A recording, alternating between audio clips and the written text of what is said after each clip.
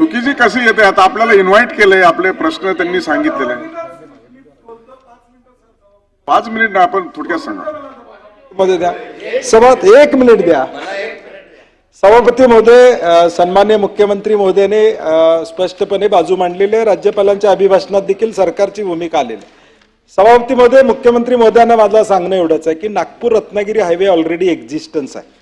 हा महामार्ग जो जोडला जाणार आहे, आपण म्हणतो त्याला जोडणारे अनेक रस्ते आहेत की जे हे नागपूर रत्नागिरी हायवेला आपण जोडू शकतो. मोपाचा उल्लेख केला. ऑलरेडी आजरा मार्गे, संकेश्वर मार्गे रोड आता 4 लेनिंग झालेला आहे, ज्यामुळे मोपाला आता 2-2.5 तासात आम्ही कोल्हापुरातनं पोहोचू शकतो.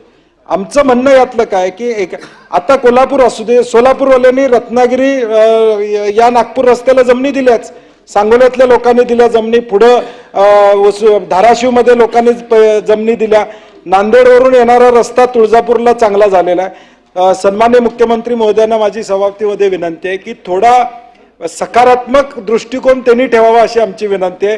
त्यांचा ड्रीम प्रोजेक्ट आहे, त्यांचा माझं म्हणणं काय की मुख्यमंत्र्यांनी आपल्याला सांगितलंच आहे सकारात्मक कोणावर लादायचा नाहीये प्रोजेक्ट, त्यामुळे बैठकीला आपल्याला इन्व्हाइट केलंच आहे. त्या संदर्भात डिटेल आज महाराष्ट्रातले सगळे शेतकरी तिथं आलेले आहेत. कदाचित संख्या कमी असं पोलिसांचा रिपोर्ट येतो असतो मला माहित आहे, त्यामुळं आला असेल. तर माझी विनंती आहे मुख्यमंत्री महोदयांना की तुम्ही चर्चेला बोलवा. आता ते 550 लोकांना आज जर तुम्ही वेळ दिली, तुम्ही त्यांच्या भावना ऐकून घ्या. एकच बाजू तुमच्यापर्यंत येते.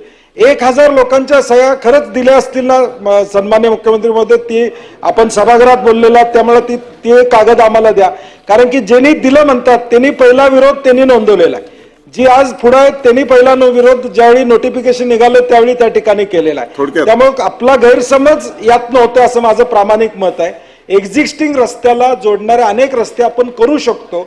86,000 कोटी वसूल करायचे झाले तर दरवर्षी 3,000 कोटी आणि 60 लाख वाहनं या रस्त्यावरनं जावी लागतील. माझी विनंती आपल्याला की याचा फेरविचार आपण करावा. नागपूर मुंबई रस्ता नव्हता का? पण तरी आपण ग्रीनफील्ड वे का केला? कारण ग्रीनफील्ड ऍक्सेस कंट्रोल रोड केल्यामुळे जे एरिया हे जुडलेले नसतात ते ओपन अप होतात. आता उदाहरणादाखल विदर्भातला सगळ्यात दुर्लक्षित जिल्हा कुठला होता? वाशिम. न इकडची कनेक्टिव्हिटी न इकडची कनेक्टिव्हिटी. आता सगळ्यात मेन जिल्हा कुठला झाला? वाशिम. 2 तासात नागपूर, 4 तासात मुंबई. हे परिवर्तन आहे. त्याच्यामुळे आपण दिल्ली मुंबई नवीन ग्रीनफील्ड का केला? इतके वर्ष दिल्ली मुंबई हायवे आहे तरी नवीन ग्रीनफील्ड केल्यामुळे सगळा जो भाग दुर्लक्षित होता तो भाग त्याच्यामुळे जोडला जातो. आपल्याला माहिती आहे, आपण माझ्यापेक्षा जास्त जग फिरलेला आहात, आपल्याला कल्पना आहे की रस्ते ही विकासाची कुंजी आहे. तुम्हाला माहिती आहे अमेरिकन प्रेसिडेंटचं वाक्य आहे की American roads are good not because America is rich but America is rich because American roads are good. आणि म्हणून रस्ते ही, आणि हा आपण एक लक्षात घ्या की समृद्धी आणि शक्तीपीठ आणि तिसरा जो आपण एक कोकण महामार्ग बनवणार आहे, या 3 मुळे आपला महाराष्ट्र इंटिग्रेट होणार आहे.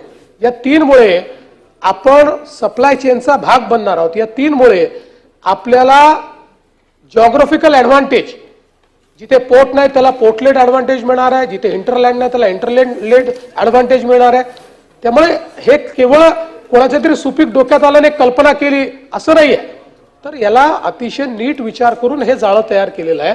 म्हणून मी आपलं म्हणणं समजून घेईल, आपण माझं म्हणणं समजून घ्या, पण आपण हा प्रयत्न करूया की महाराष्ट्राच्या हिताकरता आपल्याला हा रस्ता करायचा आहे आणि त्यातनं आपण मार्ग काढण्याचा प्रयत्न करू.